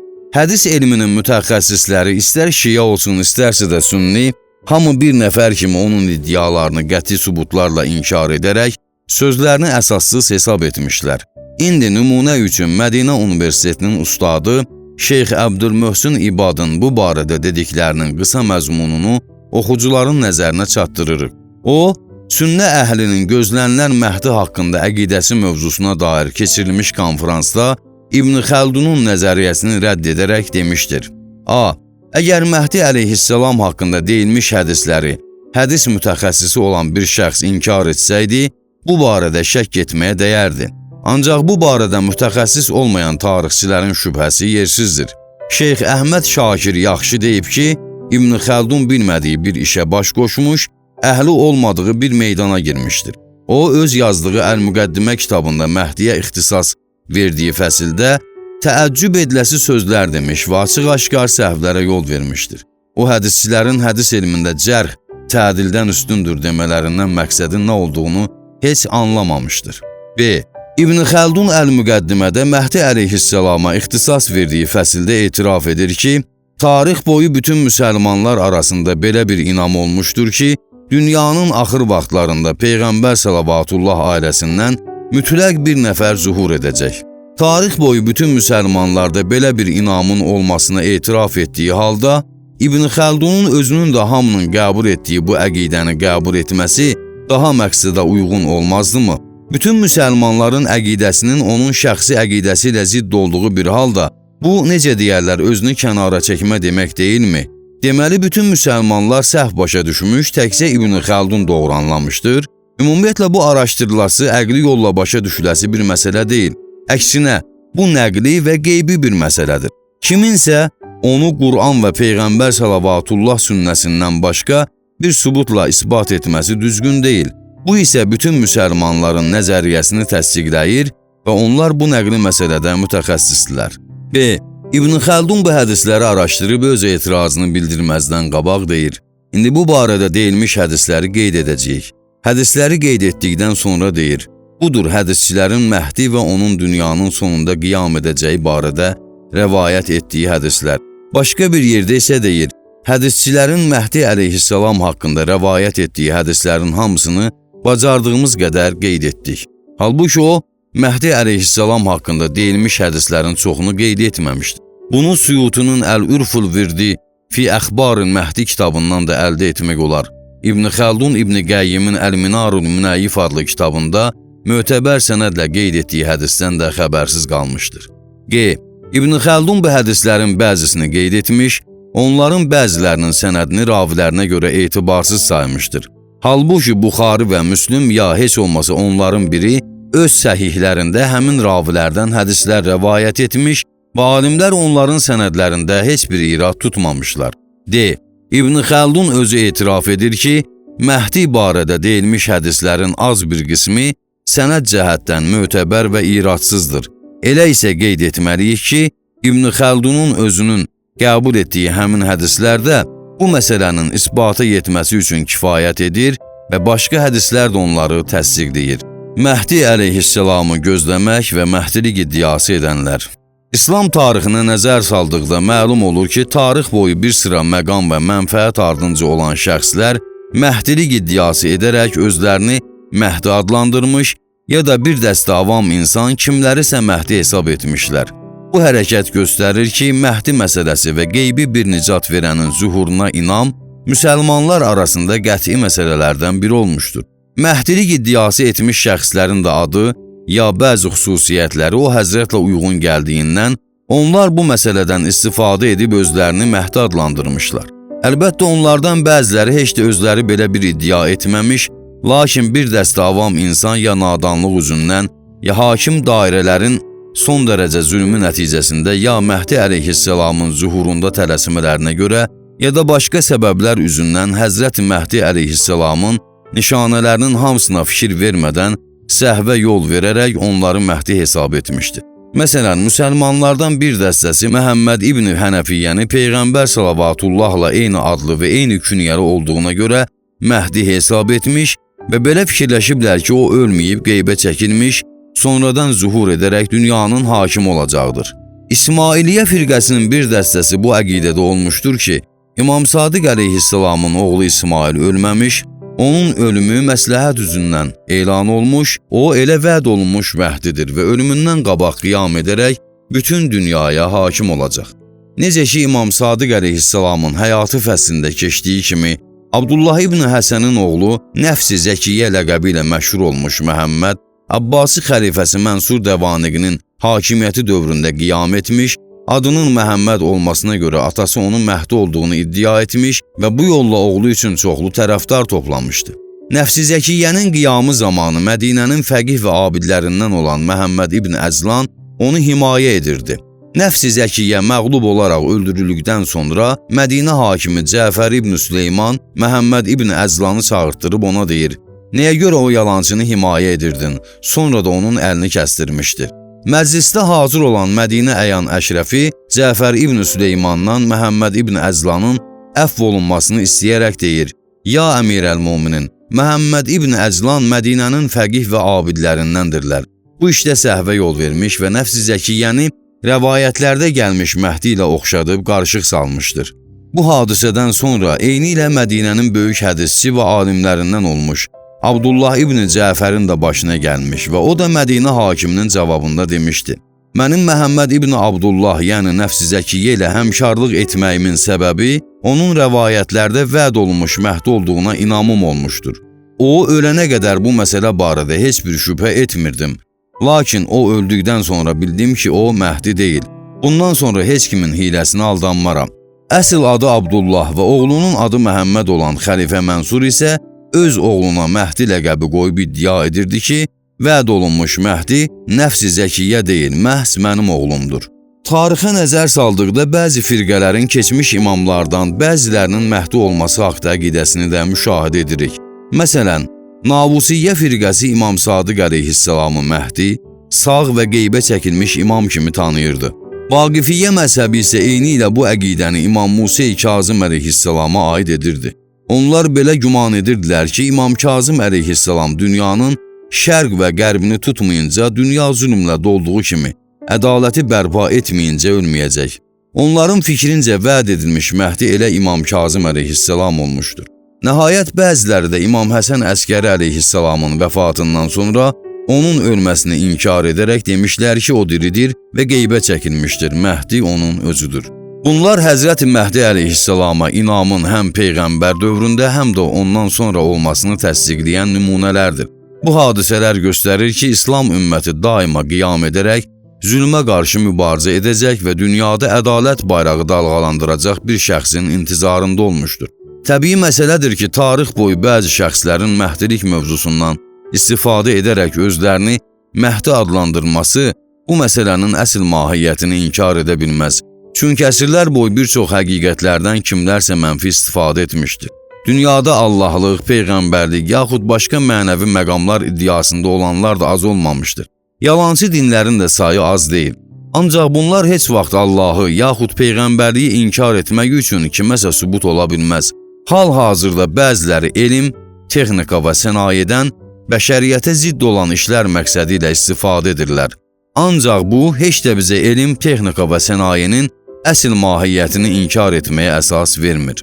Quranda Məhdi əleyhisselam hökumətinin siması. Qur'an-ı Kərim Həzrəti Məhdi əleyhisselamın zuhur və qiyamı barədə bir çox başqa sahələrdə olduğu kimi, xırdalıqlara toxunmadan ümumi şəkildə söz açmışdır. Yəni, Qur'an ümumdünya ədalətli hökumət qurulacağından, əməli salih insanların yer üzündəki kamil və son qələbəsindən söhbət etmişdir. Bu ayələri İslam təfsirçiləri hədislərə istinad edərək Həzrəti Məhdi əleyhisselama, onun qiyamı və zuhuruna aid etmişlər. Alimlərin bu məsələyə aid etdikləri ayələrdən və bu məsələ haqqında daha aşkar söhbət açmış ayələrdən üçünü oxucuların nəzərinə çatdırırıq. 1. Biz kitabdan, Tövratdan yaxud Lövh-i Məhfuzdan sonra Zəburda da yer üzünə yalnız mənim salih bəndələrimin hakim olacağını yazmışdıq. Bu ayəni izah edərkən qeyd etmək lazımdır ki, ayədə gəlmiş zikr, yəni kitab sözü əslində nəyisə xatırlamaq mənasındadır.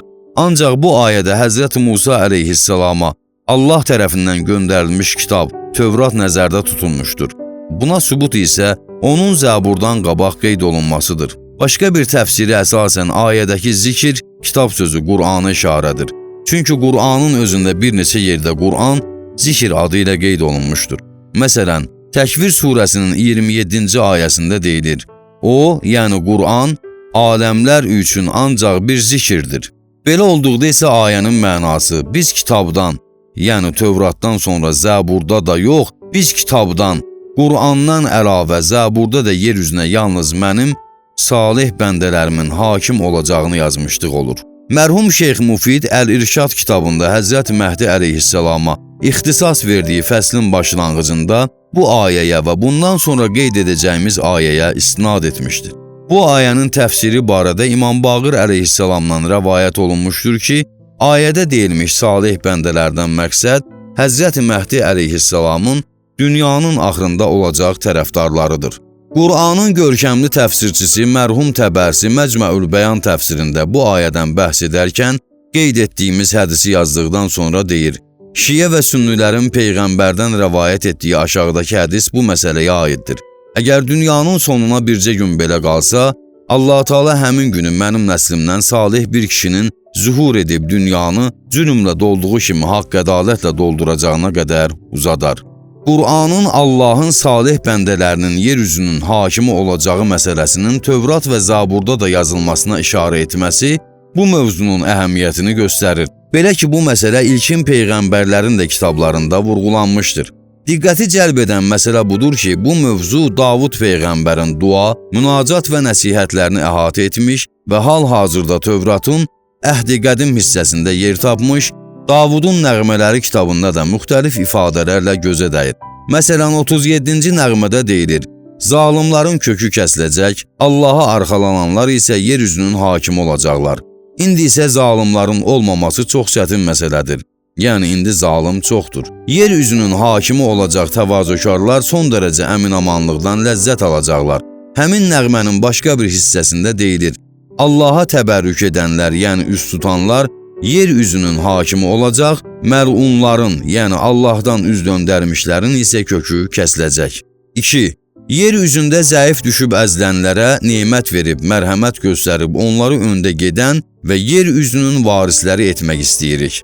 Məhdi əleyhissalam Şiə mənbələrində adlı başlıqda danışarkən qeyd etdik ki, Həzrət Əli əleyhissalam Məhdi əleyhissalamın qayıdacağı, zuhur etməsi və cəmaatın yenidən vəhy ailəsinə tərəf üz tutacağı barədə söhbət etdikdən sonra indi qeyd etdiyimiz ayəni oxumuşdu.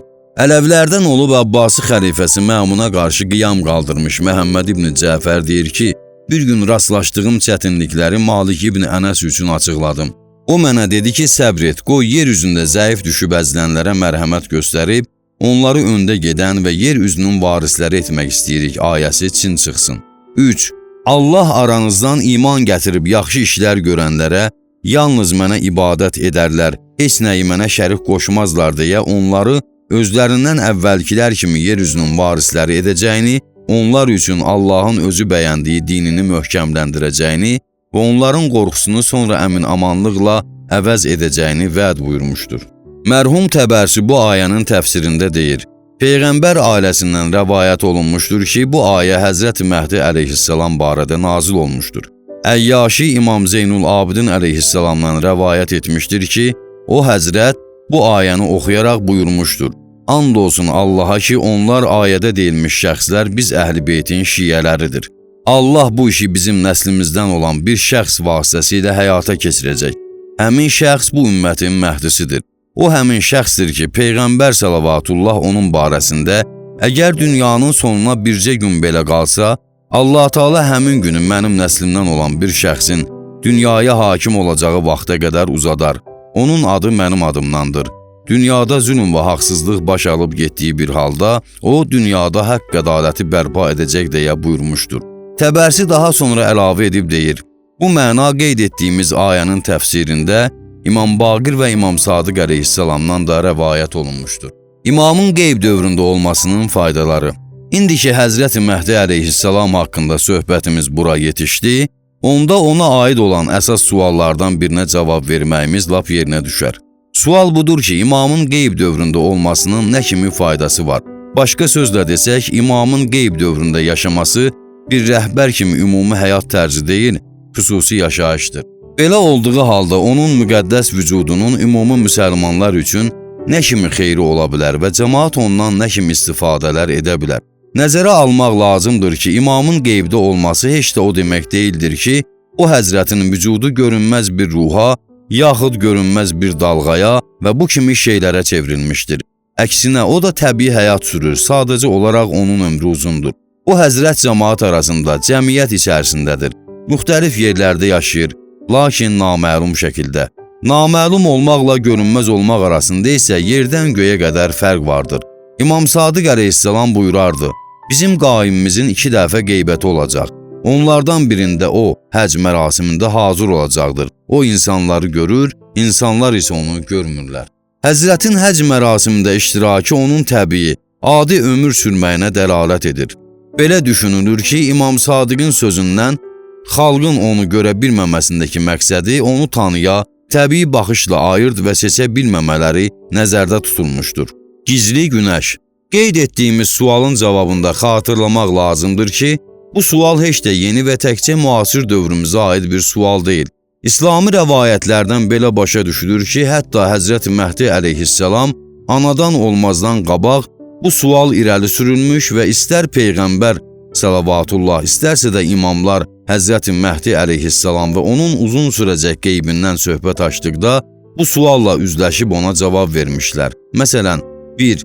İslam Peyğəmbəri Həzrət Muhammed salavatullah, Şiyələr Həzrət Məhdi əleyhissalamın qeybdə olduğu müddət ərzində ondan istifadə edə biləcəklərmi sualının cavabında buyurmuşdur. Bəli, and olsun məni Peyğəmbər seçmiş Allaha ki, günəş bulud arxasında olarkən insanlar onun nurundan istifadə etdikləri kimi, onun qeybdə olduğuna baxmayaraq, Şiyələr ondan istifadə edəcək, imamətinin nurundan bəhrələnəcəklər. 2. İmam Sadiq əleyhissalam buyurmuşdur. Allah Teala Həzrət Adəm əleyhissalamı yaratdığı gündən qiyamətə qədər yer üzü heç vaxt ilahi hüccətsiz olmamış və olmayacaqdır. İstər zahiri və aşkar hüccət olsun, istərsə də qeybdə və gizlində olan hüccət. Əgər yer üzündə ilahi bir hüccət olmasa, Allaha sitayiş olunmaz. Rəvayəti söyləyən şəxs imamdan soruşur ki, cəmaat qeybdə olan imamdan necə istifadə edəcək?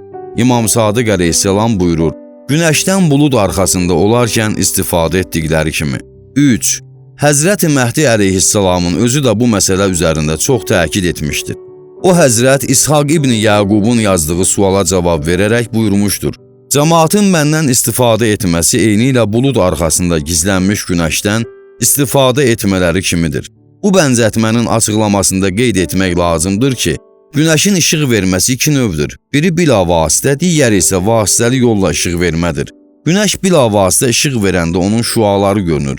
Vasitəli işıq vermədə isə bulud günəşin qarşısını alır və onun nurunu cəzb edərək ətrafa paylayır. Günəşin canlı aləmin inkişafında misilsiz xidməti onun bilavasitə təbiətə işıq verdiyi vaxta aiddir.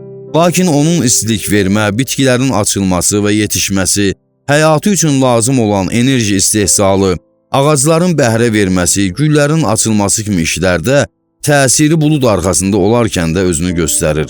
İmamın qeyb pərdəsi arxasında olarkən mənəvi şüasının da bir sıra təsirləri vardır ki, təlim-tərbiyənin və bilavasitə rəhbərlik etməsinin dayanması onun vücudunun fəlsəfəsini aşkar edir.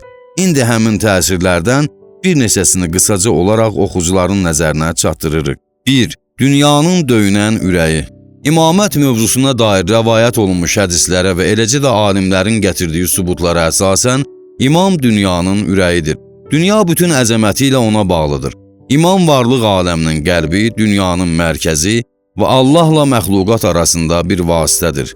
Buna görə də onun açıqda olması ilə qeybdə olmasının heç bir fərqi yoxdur. Lakin o, dünyada olmazsa bütün aləm bir-birinə dəyər. İmam Sadiq əleyhissalamın dili ilə desək, əgər yer üzü bir an imamsız qalsa, öz sakinlərini kamına çəkər. İmam Zeynul Abidin əleyhissalam buyurmuşdu, bizə görə Allah Teala asimanı yerə gəlməkdən, yerin lərzəyə gəlib sakinlərini məhv etməkdən saxlamışdır. Bizə görə Allah Teala yağış yağdıraraq öz rəhmətini yayır və yerdə olan nemətləri üzə çıxarır. Ancaq yer üzündə bizim nəsildən olan bir şəxs olmasa, yer öz sakinlərini kamına çəkər. 2. Allah dinini qorumaq. Əmir əl-Mominin Həzrət Əli əleyhissalam hər vaxt ilahi bir rəhbərin olmasının zərurətini vurğuladığı çıxışlarından birində buyurur. İlahi, həqiqətən də belədir. Yer üzü heç vaxt zuhur edəcək və Allahın hüccəti olan bir şəxssiz olmamışdır. İstər həmin şəxs aşkarda olsun, istərsə də qeybdə. Bu ona görədir ki, açıq-aşkar ilahi sübutlar itib batmasın.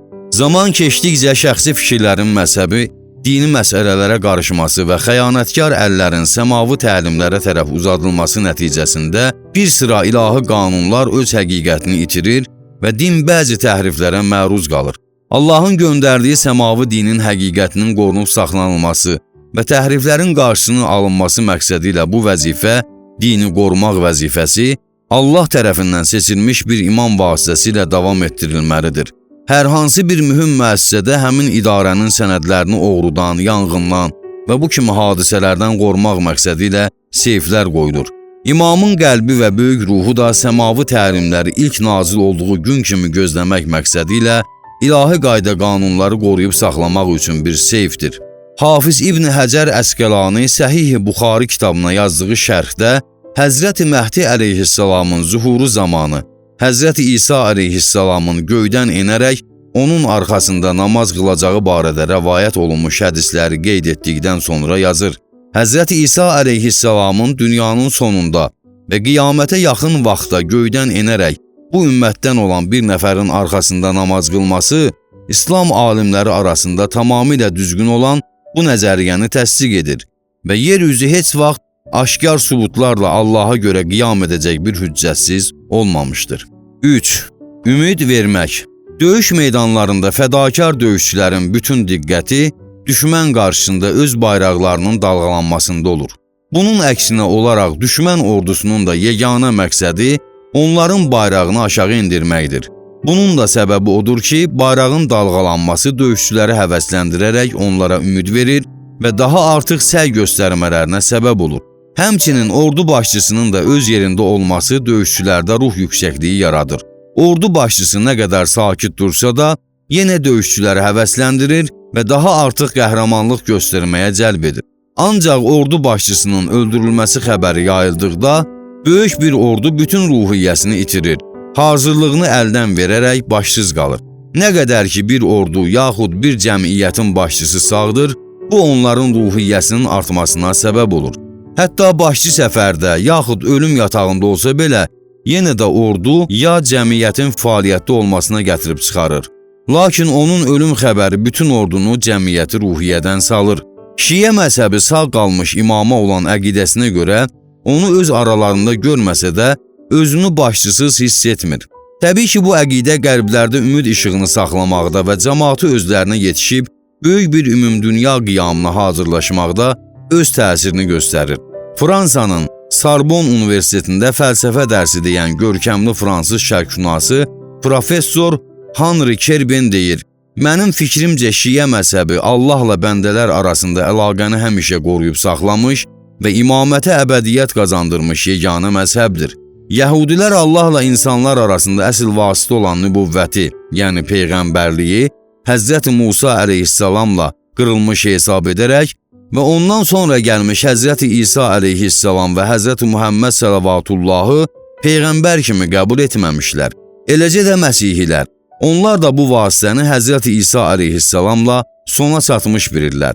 Müsəlmanların sünni məzhəbi də Həzrəti Muhammed səllavatullahdan o tərəfə getməmiş və nübüvvətin Muhammed səllavatullahla sona çatdığından sonra Allahla məxluqat arasında heç bir vasitə olduğuna inanmamışdır. Lakin şiə məzhəbi Həzrəti Muhammed səllavatullahla nübüvvətin başa çatması əqidəsində olsa da, təkamül və hidayət vasitəsi olan imaməti həmişə qoruyub saxlayan yeganə məzhəbdir. Kitabın sonu.